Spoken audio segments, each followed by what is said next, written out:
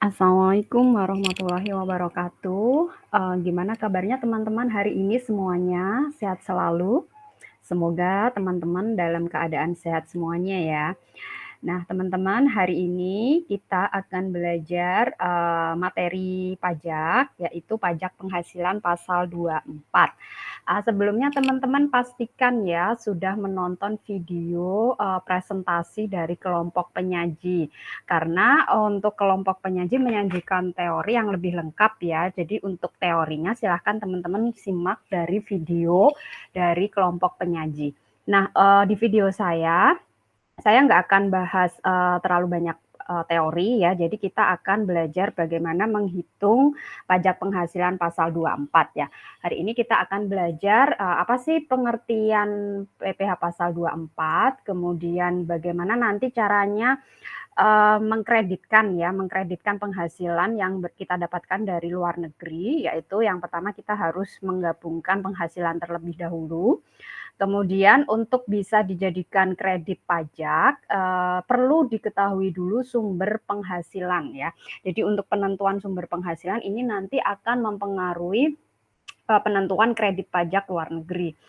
Kemudian besarnya kredit pajak yang diperbolehkan. Jadi berapa sih maksimal kredit pajak kalau kita misalkan tidak ada penghasilan dari luar negeri, kemudian nanti kita dapat kredit pajak ya bisa dikreditkan untuk pajaknya itu berapa maksimal yang diperbolehkan. Nanti kita akan pelajari.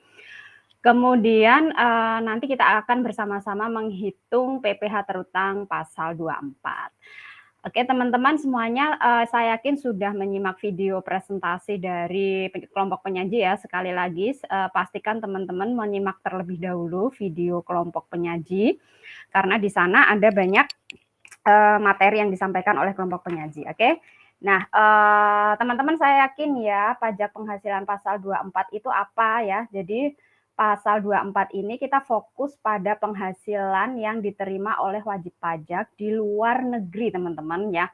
Jadi wajib pajak ya, kalau misalkan kita sebagai wajib pajak pribadi misalnya, tidak menutup kemungkinan kita bisa memperoleh penghasilan tidak hanya dari Indonesia ya, misalnya dari luar negeri kita misalnya jualan barang ya, kita kirim barang ke luar negeri. Nah, kemudian di sana kita dapat perolehan penjualan, dapat laba di luar negeri. Nah, itu adalah maksudnya bagaimana nanti pengakuan ya pajak yang sudah dipungut di luar negeri. Bisakah nanti dikreditkan? Nah, nanti kita akan pelajari bersama. Jadi PPh pasal 24 ini diperbolehkan menjadi kredit pajak ya teman-teman. Jadi kalau misalkan kita ada penghasilan di luar negeri, kemudian di akhir tahun kita mau menghitung pajak terutang kita, pajak penghasilan kita total secara keseluruhan. Nah, penghasilan yang sudah dipungut pajaknya di luar negeri itu pajaknya boleh menjadi kredit pajak teman-teman. Jadi bisa mengurangi pajak penghasilan yang terutang kita selama setahun. Nah, bicara kredit pajak teman-teman sudah paham belum kalau apa sih yang namanya kredit pajak itu? Kenapa harus pajak itu bisa dikreditkan? Nah, jadi teman-teman kredit pajak itu adalah pajak yang boleh ya, jadi jumlah pajak yang boleh dikurangkan atau menjadi pengurang atas total pajak terutang kita selama setahun, teman-teman. Jadi misalnya kita punya penghasilan di luar negeri ya, misalnya katakanlah $5.000 misalnya. $5.000. Kemudian dari $5.000 itu dipotong pajaknya $100 misalnya. Nah, kemudian setelah dikurs ya, yang $5.000 ini setelah dikurs misalnya katakanlah 50 juta ya, kalau misalkan dalam rupiah misalnya 50 juta. Kemudian digabungkan dengan total penghasilan kita di dalam negeri misalnya 100 juta. Jadi ada 150 juta total penghasilan kita teman-teman selama setahun. Yang 100 juta adalah didapatkan dari dalam negeri atau dari Indonesia, kemudian yang 50 juta didapatkan dari luar negeri. Nah, Penghasilan yang dia dapatkan dari luar negeri yang 50 juta itu ternyata sudah dipotong pajaknya teman-teman sebesar $100 tadi misalnya, $100 ini ya. Nah $100 ini boleh dijadikan pengurang atas total pajak terutang kita selama setahun. Misalnya dari 150 juta itu kita bayar pajak misalnya 1 juta misalnya, 1 juta. Nah, yang $100 ya, yang $100 itu bisa menjadi pengurang pajak kita yang 1 juta itu. Nah, teman-teman tahu nggak kenapa pajak yang dibayarkan di luar negeri itu boleh dijadikan pengurang atau boleh dijadikan kredit pajak? Kenapa harus ada kredit pajak, teman-teman? Jadi kenapa boleh dikurangkan yang pajak yang sudah kita bayarkan di luar negeri, teman-teman? Jadi ingat kembali ya di KUP dulu kita belajar apa yang namanya prinsip pajak ya. Jadi ada asas pemungutan pajak ya, asas pemungutan pajak yang pajaknya itu dipungut berdasarkan sumber penghasilan. Nah, kemudian yang berdasarkan sumber penghasilan berarti bila mana kita bukan warga negara, walaupun kita bukan warga negara di negara tersebut, tapi kita memperoleh penghasilan dari negara tersebut, maka penghasilan yang kita dapatkan itu dipungut pajaknya di negara yang bersangkutan ya teman-teman. Nah, untuk menghindari pajak ganda, maka penghasilan yang sudah dipungut pajaknya di luar negeri tidak akan dipungut pajaknya lagi di Indonesia. Jadi itu sudah ketentuan ya teman-teman. Jadi tujuannya adalah untuk menghindari pajak ganda.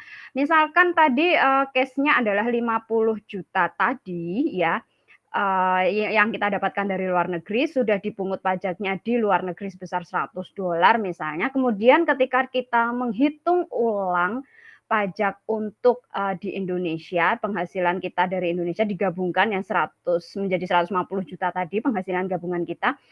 Apabila yang $100 itu tidak dikurangkan atau tidak dikreditkan dalam perhitungan total pajak penghasilan kita selama setahun, maka di situ nanti akan ada pajak ganda teman-teman. Nah, jadi itu nanti melanggar prinsip pemungutan pajak ya. Jadi tidak diperbolehkan adanya pajak ganda. Nah, atas dasar itulah kenapa penghasilan yang sudah dipungut pajaknya di luar negeri, pajak yang sudah dibayarkan itu boleh menjadi kredit pajak atau boleh menjadi pengurang pajak kita selama setahun. Nah, itu menjadi dasar kenapa PPh pasal 24 itu timbul ya, teman-teman. Jadi dia itu tujuannya adalah untuk menghindari pajak ganda. Nah, kemudian tadi kita sudah bicara tentang kredit pajak ya, kita sudah menentukan bagaimana tadi caranya simulasinya, ilustrasinya ya mengurangi atau mengkreditkan pajak tadi ya. Jadi ternyata kita harus supaya kita tahu berapa yang kita kreditkan ya, kita harus menghitung dulu yang namanya penghasilan gabungan. Nah, jadi di SPT di akhir tahun ketika seorang wajib pajak itu mau menghitung total pajak terutangnya selama setahun, dia yang pertama harus menghitung seluruh penghasilan yang dia peroleh selama setahun. Dari mana saja ya, baik penghasilan yang diterima di Indonesia maupun penghasilan yang diterima di berbagai negara atau dari luar negeri. Nah, pertama kita harus menentukan penghasilan gabungannya terlebih dahulu. Nah, penghasilan apa saja yang boleh diakui ya, boleh kita masukkan sebagai perhitungan penghasilan yang kita akui ya. Jadi ada beberapa kategori teman-teman. Yang pertama adalah penghasilan yang kita peroleh di luar negeri itu bisa kita akui pada saat atau pada tahun diperolehnya penghasilan, walaupun nanti uangnya belum atau secara cashnya belum diterima teman-teman. Jadi misalnya apa penghasilan yang jenis ini adalah laba teman-teman. Nah, laba itu adalah misalnya kita punya unit usaha di luar negeri ya. Kemudian unit usaha itu beroperasi selama setahun menghasilkan menghasilkan pendapatan ya teman-teman. Misalnya penjualan ya, penjualan di luar negeri kita dapatkan selama setahun. Nah, setelah dikurangi biaya-biaya operasional di luar negeri, kita memperoleh laba usaha. Nah, laba di tahun itu ya, di tahun terjadinya laba misalnya tahun ini ya, tahun ini 2021 ya. Nah, itu boleh langsung kita akui sebagai penghasilan ya teman-teman di tahun yang bersamaan, di tahun ini, di tahun yang bersamaan dengan diperolehnya laba. Ya, walaupun mungkin nanti transfer kasnya atau transfer labanya itu nanti ya di tahun berikutnya, misalnya tahun awal Januari 2022 ya. Nah, tapi penghasilan itu adalah penghasilan tahun 2021 teman-teman. Jadi ini laba, bagian laba usaha itu diakui sebagai penghasilan pada saat diperolehnya penghasilan. Misalnya labanya diperoleh tahun 2021, ya tahun 2021 kita catat sebagai perolehan penghasilan dari luar negeri, gitu ya teman-teman. Nah, kemudian ada jenis penghasilan yang bisa diakui hanya pada saat uangnya sudah diterima atau pada saat diterimanya penghasilan, atau istilahnya kalau dalam akuntansi kita menggunakan cash basis ya teman-teman. Nah, pada saat diterimanya penghasilan ya, walaupun penghasilan itu sudah diumumkan ya, kita sudah tahu misalnya tahun 2021 kita akan ada pengumuman penghasilan misalnya apa? Dividen ya. Misalnya tahun 2021 kita misalnya pemegang saham dari perusahaan luar negeri, perusahaan mengumumkan dividen di tahun 2021 bahwa seluruh pemegang saham akan mendapatkan penghasilan. Nah, tapi itu adalah pengumuman teman-teman, belum ada transfer kas atau transfer pendapatan ya dari perusahaan ya kepada kita sebagai pemegang saham. Kita belum menerima uangnya nih, kita belum menerima dividennya nih. Nah, seperti itu tidak boleh kita akui pendapatan itu di tahun 2021 teman-teman ya. Jadi kita harus akui berdasarkan transfernya uang itu kapan. Misalnya diumumkan kita mau dapat royalti atau mau dapat perjanjian sewa, kita punya apartemen di sana ya, kemudian kita ada perjanjian sewa di tahun 2021, tapi kita belum menerima uangnya, maka walaupun sudah ada nilai sewanya, tapi kita tidak boleh mengakuinya sebagai pendapatan. Jadi kita kapan mengakuinya? Pada saat kita menerima uangnya. Misalnya transfer kasnya tahun awal Januari ya, tahun 2022. Nah, berarti penghasilan dari penghasilan itu kita akui sebagai penghasilan di tahun 2022. Jadi tidak kita masukkan dalam perhitungan penghasilan gabungan untuk menghitung pajak ya teman-teman di tahun 2021. Nah, jenis penghasilannya apa teman-teman? Ada sewa, bunga, royalti, dan dividen. Nah, kemudian dividen ini ada satu jenis lagi teman-teman. Jadi kalau dividen itu kan biasanya kita peroleh sebagai pemegang saham di perusahaan yang kita beli sahamnya di perusahaan yang go public ya teman-teman ya, yang publish di bursa ya teman-teman. Nah, tapi kalau misalkan kita pemegang saham di perusahaan yang kecil, yang lokal, yang belum go public tapi kedudukannya di luar negeri. Nah, dividen jenis perusahaan yang tidak go public ini ada syarat ketentuannya teman-teman. Jadi ketika kepemilikannya lebih dari 50%, nah dividen ini diakui pada saat dividennya diperoleh ya. Kemudian penentuan kapan penghasilan itu bisa kita masukkan dalam penghasilan gabungan itu berdasarkan nanti keputusan Kementerian Keuangan teman-teman. Jadi nanti ada surat keputusannya ya. Jadi kalau misalkan ini dividen yang kita terima dari perusahaan yang tidak go public, yaitu nanti menggunakan keputusan Kementerian Keuangan. Nah, biasanya ini menggunakan termin waktu bulan keempat ya setelah batas akhir penyampaian SPT, atau kalau misalkan tidak menyampaikan SPT berarti pengakuannya diperoleh atau diakui pada saat bulan ke-7 setelah tahun pajak berakhir. Nah, ini khusus dividen yang dari perusahaan bukan go public. Kalau perusahaan yang go public menggunakan dasar ini ya teman-teman, jadi pada saat dividen diperoleh. Nah, kemudian teman-teman, ini caranya nanti kita menghitung besaran penghasilan dari luar negeri, yang mana yang bisa kita akui sebagai komponen penghasilan dari luar negeri, yang boleh kita masukkan atau kita gabungkan pelaporannya di pajak, teman-teman. Jadi ini contohnya ya, jadi, ada perusahaan PT Tak Ada Lagi ya, kayak misal kayak nama Jepang ya teman-teman, padahal ini Japanese ya teman-teman ya. Tak Ada Lagi ya, mempunyai kantor pusat di Semarang ya. Selama tahun 2020, PT Tak Ada Lagi ini, menerima penghasilan dari luar negeri ya, dia ada beberapa jenis penghasilan. Yang pertama adalah dia menerima bagian laba usaha dari cabang perusahaan ya. Jadi dia punya cabang perusahaan di Korea, teman-teman. Nah, selama tahun 2020 cabang perusahaan di Korea itu mempunyai laba ya, menghasilkan laba sebesar 1.200.000.000. Kemudian yang kedua, selain dia punya laba atau penghasilan dari anak cabangnya yang di Korea, dia juga punya saham ya, dia punya saham.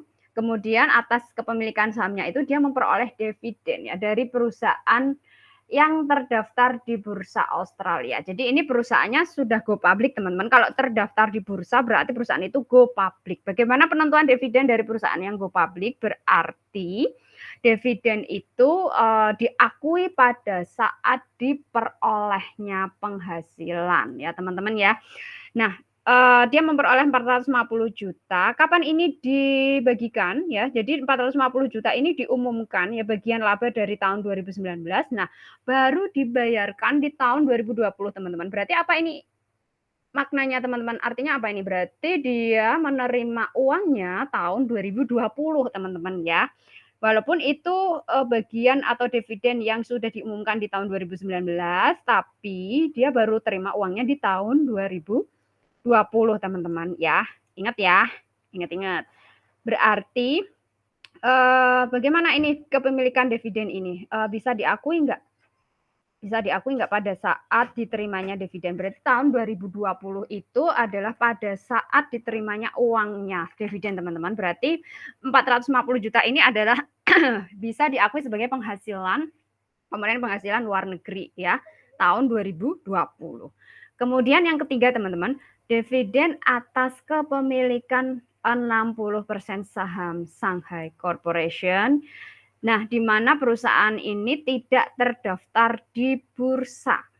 Ya, tidak terdaftar di bursa sebesar 170 juta. Dia dapat dividen dari perusahaan yang tidak terdaftar di bursa sebesar 170 juta, teman-teman. Nah, kemudian 170 juta itu dividen atas bagian labanya di tahun 2020.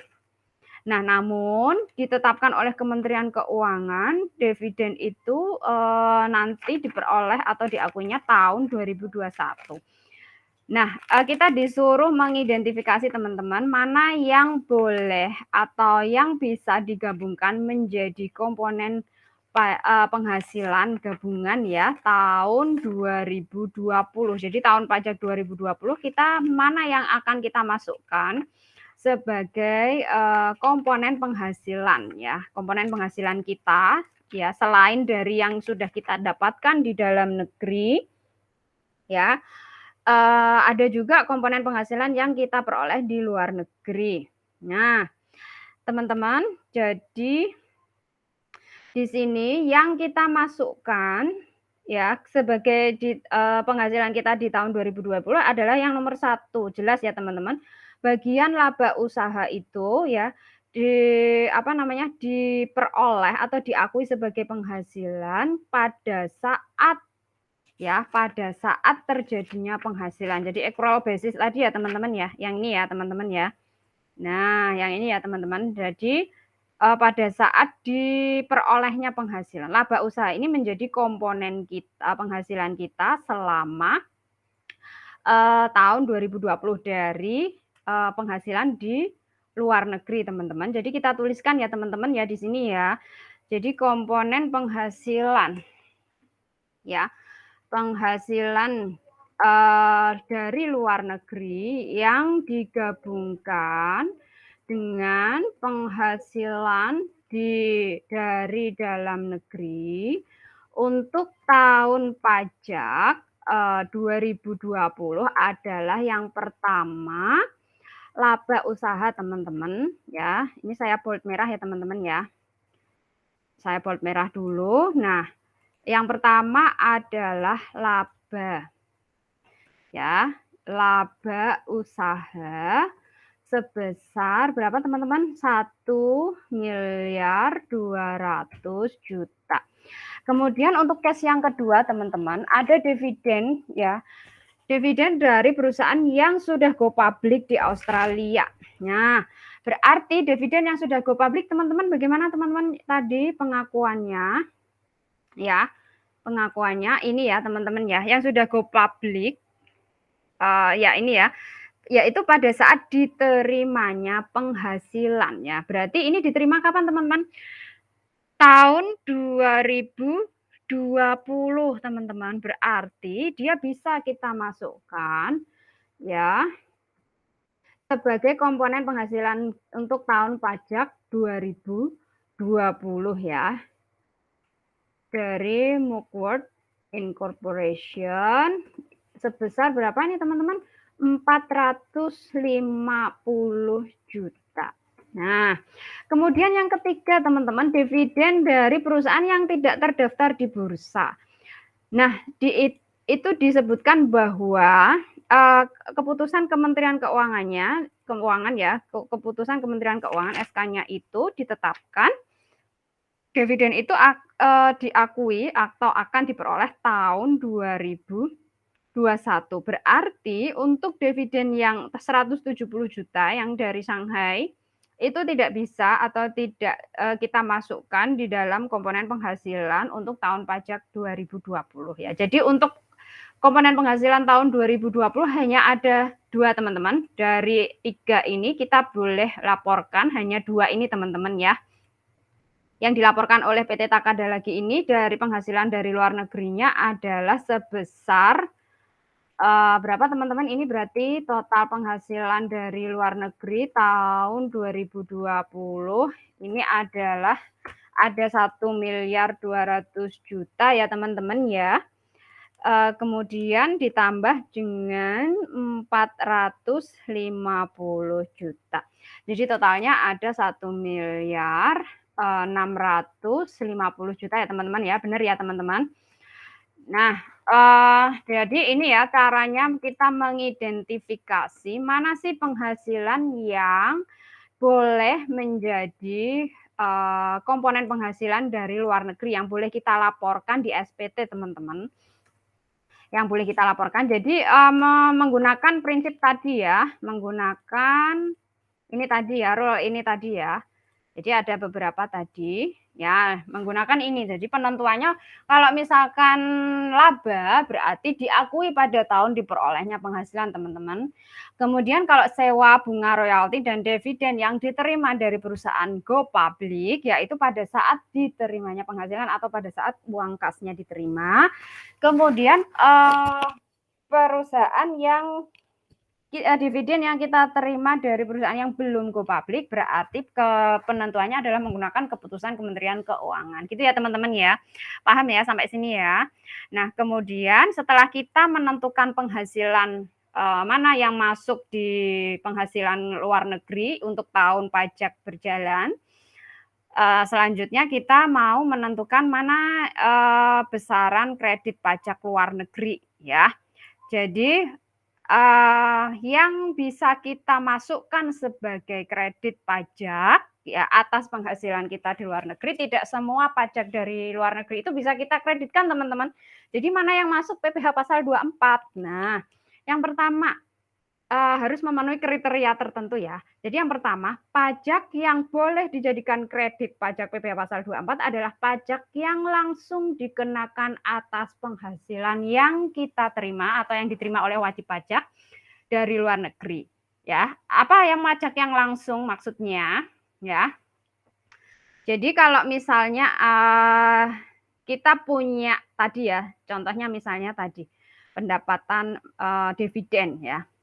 Kita punya dividen misalnya tadi contohnya ini ya, misalnya kita dapat dividen 450 juta. Sebagai pemegang saham kita dapat 450 juta penghasilan ya. Kemudian 450 juta ini sebenarnya adalah bagian labanya siapa? Mukworth ya, bagian Mukworth yang dibagikan kepada pemegang saham. Katakanlah misalnya tahun 2020 perusahaan yang kita beli sahamnya ini misalnya Mukworth ini memperoleh penghasilan satu misalnya berapa 1 miliar ya, 1,5 miliar dolar Australia. Kemudian Mukworth bayar pajak ke pemerintah Australia misalnya 50 juta dolar Australia. Nah, pajaknya kita itu yang bisa kita kreditkan itu yang mana?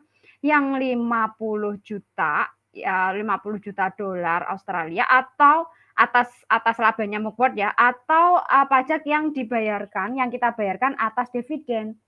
Nah, yang boleh kita kreditkan adalah yang langsung ya teman-teman, yang langsung dikenakan atas penghasilan kita sendiri.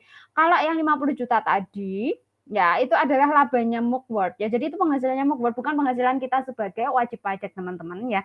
Jadi gitu ya. Jadi pajak yang langsung dikenakan atas penghasilan yang kita terima sendiri ya, bukan yang diterima oleh perusahaan atau anak perusahaan atau orang lain ya. Jadi pajak yang boleh dikreditkan adalah pajak yang langsung dikenakan atas komponen penghasilan kita sendiri.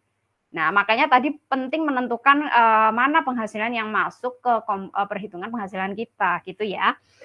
Nah, kemudian setelah kita menentukan mana yang boleh dikreditkan, kita menentukan berapa terusan yang boleh kita kreditkan ya. Apakah kalau misalnya kita punya banyak penghasilan dari luar negeri, misalnya kita punya komponen penghasilan kita 90% dari luar negeri ya. Kemudian kita sudah bayar pajak dari penghasilan yang sudah kita dapatkan dari luar negeri. Apakah semuanya bisa kita kreditkan? Nah, ternyata ada perhitungannya teman-teman. Jadi kredit pajak PPh pasal 24 ya atau kredit pajak luar negeri itu yang boleh kita kreditkan adalah maksimal sama dengan pajak yang dibayarkan di luar negeri ya. Jadi nggak boleh lebih ya. Kemudian tidak boleh melebihi hitungan perbandingan atau proporsi penghasilan luar negeri dengan total penghasilan kena pajak kita di Indonesia. Kemudian syarat yang ketiga adalah tidak boleh melebihi total penghasilan kena pajak kita di Indonesia ya. Jadi tidak boleh melebihi PKP. Misalnya tadi ya kita komponen penghasilannya 90% dari luar negeri ya. Kemudian ternyata setelah dihitung penghasilan kena pajaknya kita itu lebih kecil ya dari komponen penghasilan dari pajak penghasilan yang sudah dipungut di luar negeri. Apakah semuanya boleh dikreditkan kemudian kita nggak bayar pajak di dalam negeri teman-teman? Ternyata nggak boleh ya. Jadi tidak boleh melebihi PKP. Jadi maksimal sama ya, maksimal sama dengan pajak yang sudah dibayarkan. Tapi dari total maksimalnya itu tidak boleh melebihi PKP, teman-teman. Jadi tidak boleh melebihi PKP. Makanya nanti kita proporsikan. Jadi berapa penghasilan dari luar negeri dengan total penghasilan kita di penghasilan kena pajak kita di Indonesia. Jadi ada proporsinya, teman-teman. Jadi untuk menghitung nanti kita pelajari ya. Untuk menghitung itu nanti kita cari mana yang terendah ya antara proporsi kemudian pajak yang kita bayarkan di luar negeri dengan total PKP kita. Nah, kemudian kalau misalkan case-nya adalah kelebihan pajak luar negeri ini tadi ya, kalau ternyata PKP kita kurang ya dari pajak luar negeri atau kita terlalu banyak bayar pajak di luar negeri, konsekuensinya adalah tidak bisa kelebihannya itu tidak bisa kita minta kembali atau tidak bisa direstitusi, kemudian tidak bisa kita kompensasikan ke tahun pajak berikutnya atau menjadi pengurang pajak di tahun pajak berikutnya. Nah, tidak boleh juga dibebankan sebagai biaya pengurang penghasilan. Ya, jadi kalau misalkan pajaknya kita banyak bayar yang di luar negeri ya sudah ya, nggak boleh kita minta kembali ya. Nah, kemudian ketentuan kredit pajak lagi adalah kerugian usaha di luar negeri tidak boleh menjadi pengurang penghasilan gabungan di dalam negeri. Seandainya kita punya toko di luar negeri ya, kemudian ternyata 1 tahun itu kita rugi. Kalau operasi normal di dalam negeri ya teman-teman, di Indonesia kalau ada rugi usaha maka kita nggak wajib bayar pajak ya teman-teman, karena ada kompensasi kerugian. Tapi kalau usaha kita di luar negeri, kalau misalnya rugi gimana? Nggak bisa teman-teman, nggak bisa dikurangkan sebagai pengurang penghasilan. Jadi nggak ada kompensasi kerugian. Kalau rugi pun kita harus tetap membayar pajak yang di dalam negeri. Gitu ya teman-teman ya. Nah, kemudian teman-teman, ada pedoman untuk menghitung jumlah kredit pajak maksimal ya teman-teman. Jadi kita tentukan nilai terendah di antara 3 poin ini. Yang pertama, PPh terutang atas penghasilan gabungan di dalam negeri. Jadi, setelah kita gabungkan penghasilannya, ya, gabungan antara dalam negeri dan luar negeri, terus kita hitung pajaknya, ketemu PPh terutang, teman-teman, ya. Kemudian itu yang pertama. Kemudian yang kedua adalah perbandingan antara proporsi penghasilan luar negeri dengan PKP. Caranya adalah dengan menghitung total penghasilan luar negeri dibagi total penghasilan kena pajak atau PKP dikali total pajak terutang ya. Ini adalah proporsi. Kemudian yang ketiga adalah PPh yang dibayarkan di luar negeri. Jadi di antara 3 poin ini mana yang paling rendah, yang itu yang kita ambil sebagai kredit pajak maksimal yang diperbolehkan teman-teman ya. Jadi ada aturannya teman-teman, tidak serta-merta kita menghitung kredit pajak, kemudian kita setelah kita bayar pajak banyak di luar negeri, kemudian kita ada kelebihan, kemudian kita restitusi atau minta kembali, nggak bisa ya teman-teman ya. Nah, kemudian ini adalah cara menentukan kredit pajak PPh pasal 24 ya. Nah, ini kita identifikasi dulu mana sih yang boleh ya, yang diperbolehkan atau yang menjadi komponen kredit pajak ya dari PPh pasal 24. Coba kita cermati teman-teman. Jadi PT Rivera ya ini pemegang saham Malaya Raya Sendirian Berhad ya. Sendirian Berhad tuh SDN BHD ini adalah, kalau di Indonesia ini PT ya teman-teman. Kalau di Malaysia namanya Sendirian Berhad atau sering disingkat SDN BHD ini ya. Nah, selama tahun 2001 Malaya Raya ini memperoleh laba ya. Jadi ini Malaya Raya yang memperoleh laba ya teman-teman ya. Berapa ini? Nilainya 3.800 juta ringgit ya. Pajak penghasilannya Malaya Raya ini 23% atas laba. Nah, kemudian PT Rivera ini adalah pemegang sahamnya, dia memperoleh bagian dividen 150.000 ringgit. Nah, dengan pajak dividennya 18%. Dari sini kita mau identifikasi dulu mana yang merupakan kredit pajak PPh pasal 24-nya PT Rivera. Yang 23% dikali 3.800.000 atau yang 18% dikali 150 juta. Yang mana ya teman-teman? Jadi balik lagi ke ketentuan ini ya teman-teman, pajak yang langsung dikenakan atas penghasilan yang diterima oleh WP. Nah, pajak yang penghasilannya PT Rivera sebenarnya berapa sih teman-teman? Dividen atau laba kalau PT Rivera menerimanya ya? 150.000 atau ke 3.800.000. Yang 3.800.000 ini ternyata apa teman-teman? Labanya PT Malaya Raya ya. Jadi bukan penghasilnya PT Rivera. Penghasilnya PT Rivera itu ini dividen teman-teman ya. Jadi 150.000 ini, sehingga kredit pajak luar negeri ya PT Rivera ini adalah dari dividen saja teman-teman, 150.000 dikalikan dengan pajak yang sudah dipungut di Malaysia itu 18%. Nah, sehingga 27.000 ringgit ini adalah kredit pajak PPh pasal 24. Nanti bisa dirupiahkan teman-teman ya. PPh pasal 24-nya adalah 27.000 ringgit ini ya. Jadi bukan 3.800.000 dikali 23%, bukan teman-teman ya, karena yang menjadi komponen penghasilannya PT Rivera itu adalah yang dividen. Jelas ya teman-teman ya. Nah, kemudian kita mau menentukan ya, sekarang kita mau menghitung besaran kredit pajak PPh pasal 24.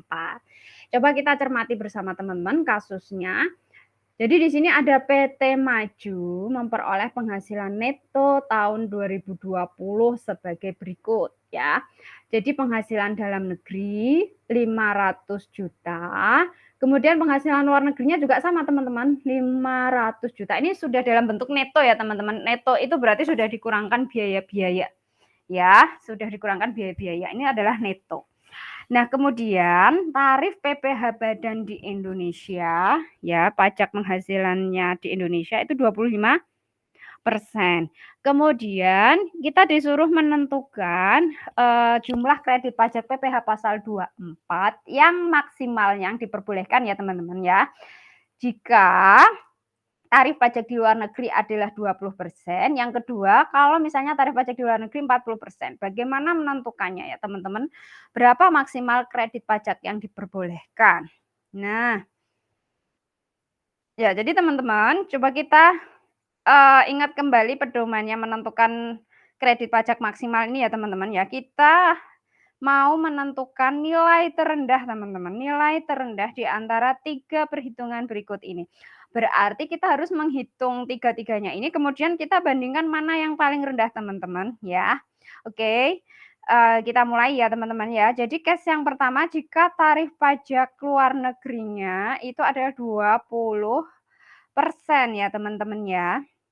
Coba, kita pertama menghitung dulu pajak penghasilan yang dipungut di Indonesia, ya total dari pajak penghasilan gabungan ya. Jadi penghasilan neto tadi berapa teman-teman yang dalam negeri? 500 juta ya teman-teman ya. Kemudian yang dari luar negeri adalah 500 juta juga ya, sehingga total penghasilan neto di tahun 2020 adalah 1 miliar. 1 miliar ini adalah pajak penghasilan gabungan ya dari dalam negeri maupun di luar negeri. Sehingga tadi kita sudah dapat ya penghasilan netonya. Penghasilan neto ini asumsinya sudah dikurangi biaya-biaya ya teman-teman ya, sehingga kita langsung kalikan pajaknya dengan penghasilan kena pajaknya ya, penghasilan netonya. Kalau ini tarif PPh badan di Indonesia adalah berapa ini? 25%, sehingga pajak yang dipungut atau yang dikenakan di Indonesia adalah 25% kali penghasilan neto ya teman-teman ya, 25% dikali 1 miliar, ketemunya 250 juta teman-teman. Ini adalah PPh terutang di Indonesia teman-teman. Kemudian yang langkah kedua, kita hitung perbandingan penghasilan luar negeri dengan total pajak terutang kita. Caranya tadi rumusnya ini ya teman-teman ya. Penghasilan luar negeri dibagi penghasilan kena pajak dikali total PPh terutang. Penghasilan luar negeri berapa teman-teman?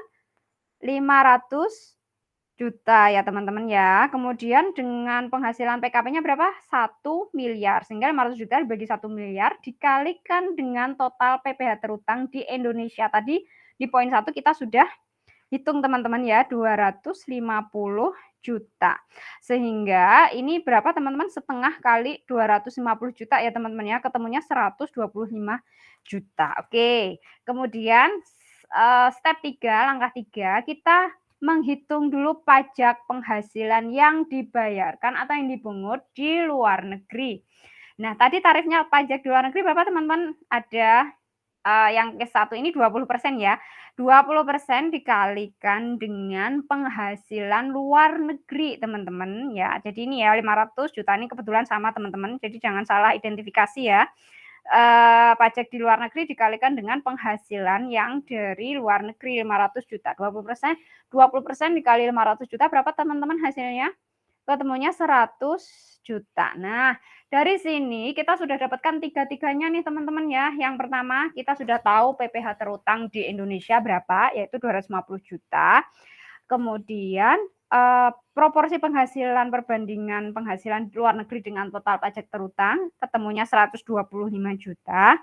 Kemudian yang ketiga adalah ada pajak yang dibayarkan di luar negeri, ternyata dari 500 juta itu dipungut pajaknya sudah kita bayarkan di luar negeri itu 100 juta.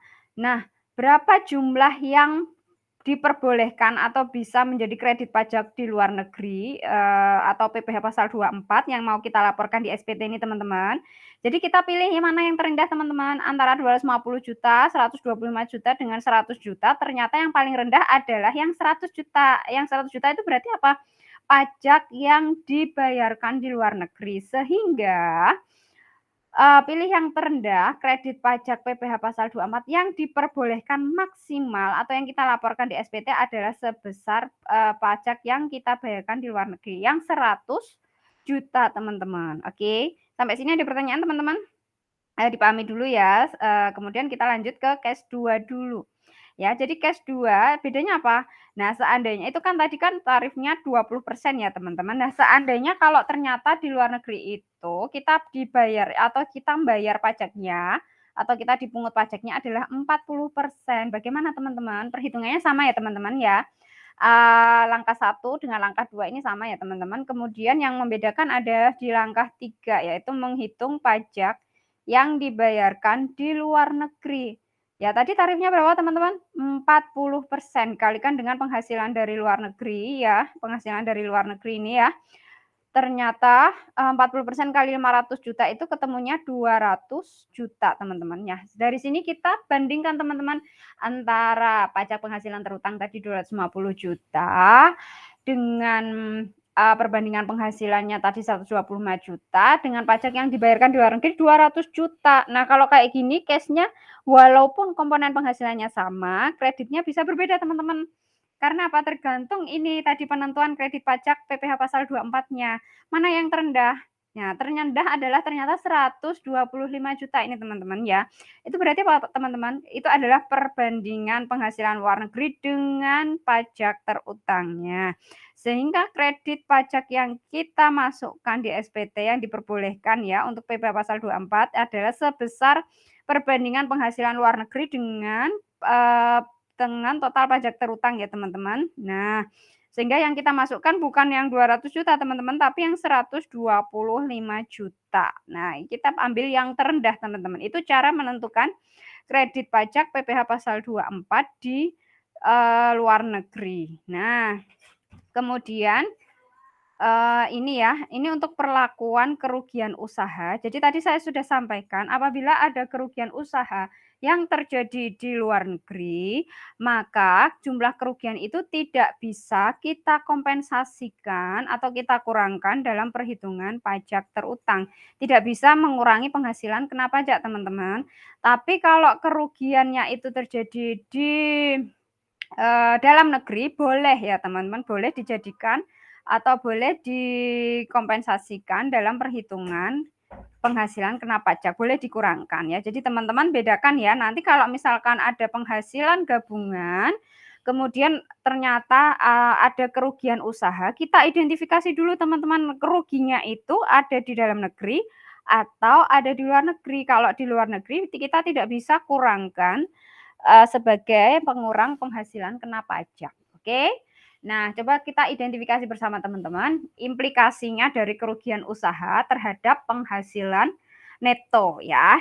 Tuan Rio berarti wajib pajaknya apa teman-teman?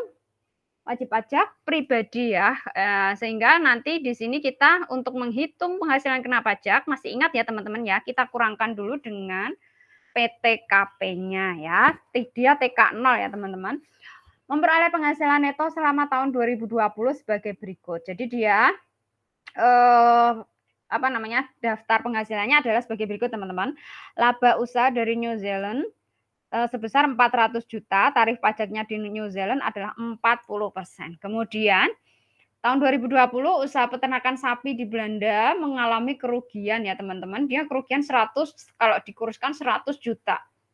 Kemudian usaha di dalam negeri, nah mengalami kerugian juga 100 juta. Kemudian pendapatan lain-lain di Indonesia, dia dapat penghasilan sebesar 200 juta. Kemudian berapa kredit pajak luar negerinya? Nah, ini bukan menghitung penghasilan neto lagi ya teman-teman. Kita sudah diminta untuk menghitung berapa kredit pajak luar negeri. Kalau kita diminta menghitung berapa kredit pajak luar negeri, berarti apa teman-teman? Kita harus tahu dulu tadi caranya 3 perbandingan tadi ya, mana yang terendah ya. Tahap pertama dimulai dari identifikasi penghasilan gabungan. Ya, penting ya teman-teman untuk menghitung kredit pajak kita harus tahu penghasilan gabungan dulu. Nah, mana yang boleh dimasukkan di penghasilan gabungan? Yang pertama adalah laba dari New Zealand. Ya, ini ya teman-teman ya 400 juta ya teman-teman ya. Kemudian kerugian usaha di Indonesia yang poin 3 ini ya. 100 juta. Ini boleh kita kurangkan ya teman-teman dalam menghitung penghasilan gabungan. Kemudian rugi yang di Belanda bagaimana teman-teman? Ini kok nggak masuk ya? Kok nggak kita kurangkan lagi? Nggak boleh teman-teman ya. Jadi kalau ada kerugian usaha dari luar negeri kita tidak bisa kurangkan atau kita tidak bisa kompensasikan, kita tidak bisa kurangkan dari komponen penghasilan neto ya. Jadi ini nggak masuk yang 100 juta, yang masuk hanya yang kerugian usaha di Indonesia. Kemudian pendapatan lainnya adalah pendapatan lain-lain di Indonesia. Ini kita masukkan 200 juta teman-teman ya. Nah ini kita masukkan 200 juta. Sehingga total penghasilan netonya adalah berapa? 400 kurangi 100, 300 ya teman-teman ya. Ditambah 200 adalah 500 juta.